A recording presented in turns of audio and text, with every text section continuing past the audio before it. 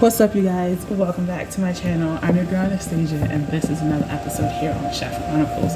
So today's episode is all about some food. I did some baking recently, and I am just going to play on the side because you know a girl gotta eat. So today's episode is all about spaghetti carbonara. Spaghetti carbonara is definitely a dish that is from Italian and is traditionally made with 5 ingredients that contains eggs, bacon, or whatever you have, some cheese, a pasta, and some black pepper. But all around the world, you know, there's different variations where some people might add cream, or some people might add garlic, some people might add a mixture of those two into their dish. But whatever you feel comfortable, you can go ahead and make. But traditionally today, we're going to make it the normal way. As I said, this dish is created and it was first considered as a peasant's food, but you know, you definitely can change the variations of this dish. You can change it and use bacon, you can use pancetta, you can use ham, because I've seen people use ham, but you also could change the pasta from regular spaghetti to fettuccine or linguine, whatever you have at home, whatever you feel comfortable with is what you're going to go with. So be advised, if you are making this for your first time, this dish does contain some raw eggs. Now, if you are making it for the first time and you are really concerned about the bacteria that is in eggs, you definitely want to go into the store and just buy some pasteurized eggs, which is already heated, that kills off the bacteria that comes from raw eggs. In this recipe, I'm definitely use whole and yolks, but if you use pasteurized eggs, every 2 whole eggs is basically a half a cup that you would use the substitution for the whole eggs. The name carbonaro definitely relates to charcoal, so when you definitely see the finishing product, you definitely will see why. But let's go ahead and get started. So go ahead, the very first thing I did was make sure that my water is boiling, because when we are using the raw eggs, the hot pasta is basically going to heat up the eggs to kill off that bacteria. But we're going to go ahead and make sure that water is completely boiling and then separate our eggs. So for this recipe, I have a total of 8, but if you want to cut it down, you could definitely use 4. And we're going to start off with room temperature eggs. And I'm going to do 4 whole eggs and then 4 egg yolks. I'm going to save the egg whites to use it for later use.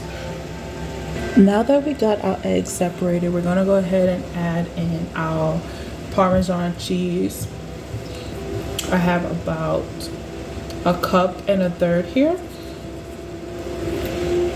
Once the cheese is added, you want to make sure you whisk it, because if you have lumps, it will, you know, clump up inside the egg mixture, and this is what it should look like.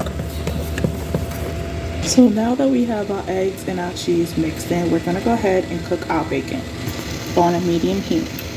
Notice in the pot I didn't add any oil, because bacon definitely has a natural fat into it and it will release its own.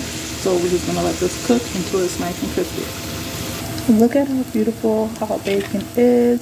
So while I was cooking my bacon, I definitely went ahead and cooked my pasta. So here I am cooking my pasta until it's al dente. Once your pasta is definitely cooked, you want to go ahead and save some of this pasta water, maybe about a cup and a half, just to be sure. Now that we take out our reserved water, we're going to go ahead and strain our pasta out of the cooked water. So you see, once I drained it, I went ahead and added the pasta into the pot with the bacon. So now that we added all our pasta into the pot, what we're going to do is make sure this is still hot. We're not chilling the pasta at all. We're going to go ahead and add in egg mixture now. But what we're going to do first is make sure we coat the pasta with the oil that was left from the bacon fat.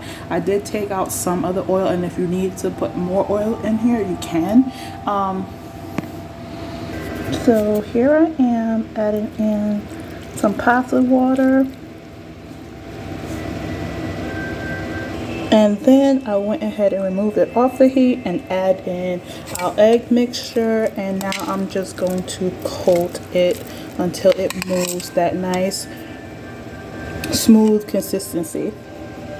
So you could definitely do this like off, the stove. But then you also can do it inside like a bowl if you're more comfortable and you're afraid to over scramble, the eggs. But this is what it should look like. Now we're going to definitely add in some black pepper and continue mixing it.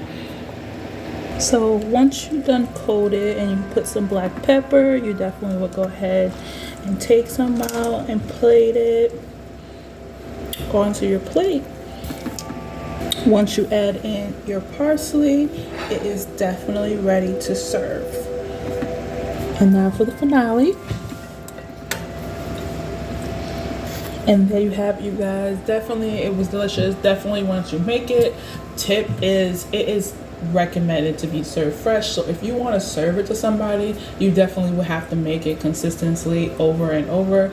And here's the funny tip: if you go into most restaurants, you definitely probably will not see spaghetti carbonara on their menu. And the reason for that is because sometimes, when we're in the restaurant industry and we have to cater to like 7 tables, and let's say for example one of those tables has spaghetti carbonara, definitely the eggs can scramble, and if you try to put it up way faster than the food that you put up before, it has a 5-minute window, and then despite the fact that I gotta sit on the heat lamp, it definitely can get overcooked. So if you're definitely going to a restaurant and you look into a restaurant and you see spaghetti carbonara, they probably had added cream to it so it won't break.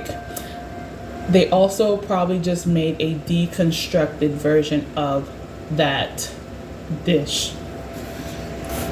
If you have too much left over and you definitely, want to save it later, I definitely do not recommend freezing this dish. This dish cannot be freezed.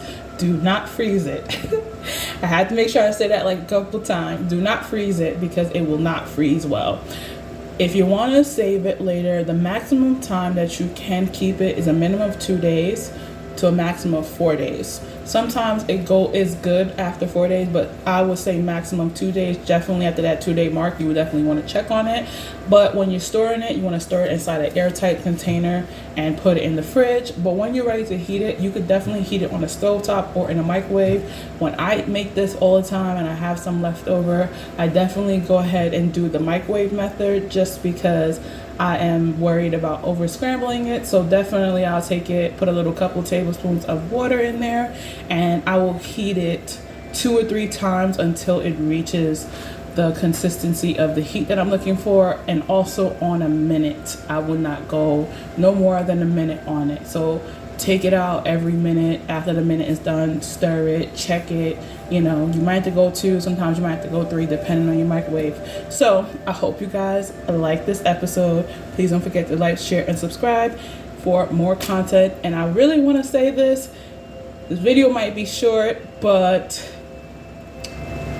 it's a little tricky when you are making spaghetti carbonara. So when you're watching the video and you're looking at it, it's like, oh, it took her 6 minutes. No, it does. Watching everything is really paying attention. So imagine if you're in the kitchen cooking this, and feel that moment when you are making it at home. So other than that, peace.